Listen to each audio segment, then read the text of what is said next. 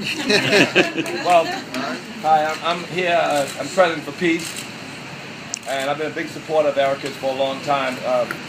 It's easy to support, with your dollars, and we need your dollars.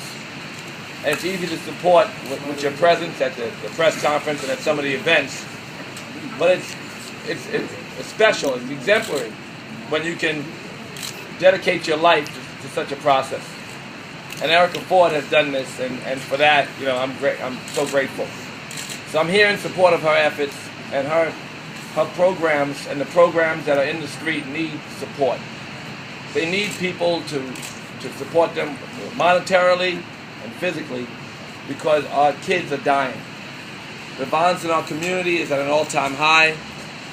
It seems that it's always overlooked. Last year, I think we were talking about the congresswoman who got shot on these steps, and they were talking about gun control then.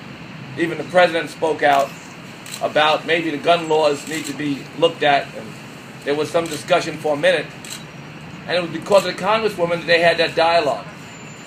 But on that same weekend, 40 kids were shot, 40 innocent, not public servants, but just children, were shot, mostly innocent, but just shot, and almost not even reported on. 40 kids in 1 week. The kind of violence that's in our community is overlooked and unbelievable. And I just want to push for awareness and push for peace in the communities. The work that they're doing is special and it needs support, but the awareness so that we can all join in and give it support is critical. So I'm going to be at some of the programs.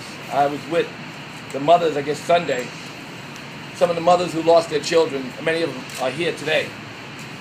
And every time I go to a brunch or a dinner like that, there are more mothers, and their stories of their sometimes A students, sometimes misguided children being killed in the streets are so heart-wrenching. And each one of them has a name, and each one of them is special and deserves our consideration and our support. So I'm just here as one of the supporters. The hip-hop community, there are members of the hip-hop community who are special to us, and there are others who their consciousness is like our streets. We need to educate everyone around us, but we need, more importantly, I think, to educate the people who can help educate them. And that's what we're working on. So my number one effort is to get people involved and to get funding and support for these special grassroots organizations that are doing the hard work. So I want to thank Erica again, and I'm just here present for peace.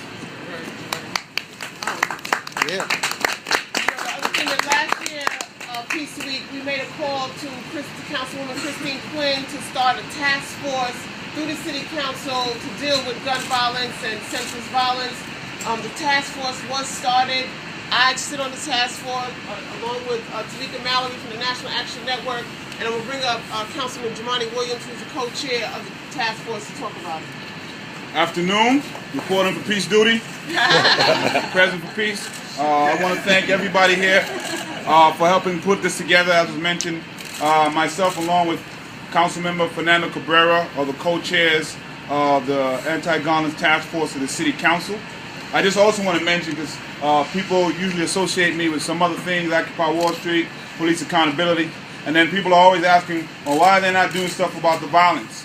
And I'm equally as passionate about the violence as I am about all those other things. Just like everybody else behind me, we can have these conversations, and we must have these conversations simultaneously.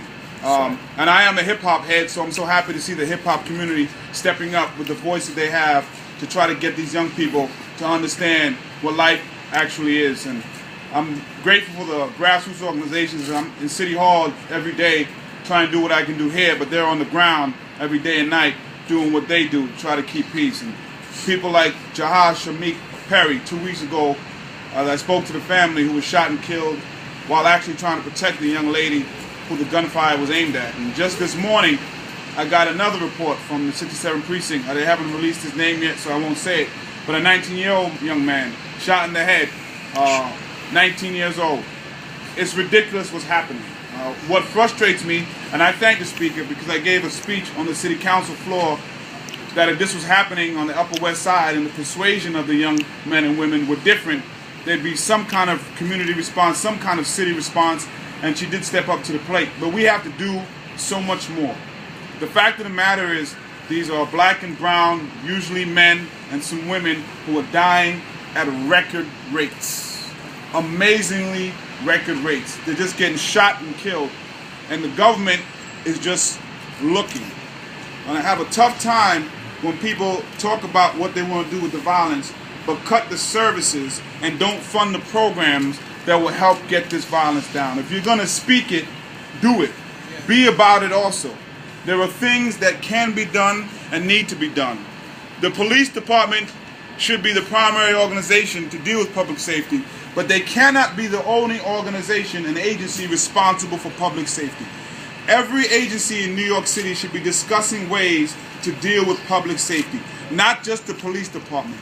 New York, the DYC, Department of Youth and Community Development, Housing Preservation and Development, NYCHA, should all be in discussions about public safety.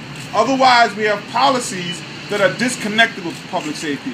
We're cutting programs that are anti-public safety. So we cut these programs and we put these policies in, and then we send the NYPD to make sure everyone is happy and content in the poverty that they now have to live in. The violence is not new to black and brown young men and women. If you go back in time, no matter the persuasion, any group of people who feel disenfranchised, who feel that they cannot move up in society, there have been violence associated with that.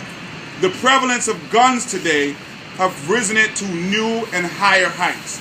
But let's be clear about what the problem is so that we can solve it. We need to pump resources into these communities. We need to pump programs that will help people make the better decision. This is not to excuse the asinine behavior of shooting indiscriminately and killing people. But if we have to attack this problem, we have to be open and honest about what it is. And I'm hoping that the task force will do that. Open and honest discussions, a holistic approach is what's going on. And I will continue to support as much as possible. I want to say thank you so much to Erica, Life Camp, Nan, Russell Simmons, the sources here, so many people in the hip-hop community. But the real thing is going to happen when Peace Week is over. We still need to be here. Thank you. Yeah. Amen.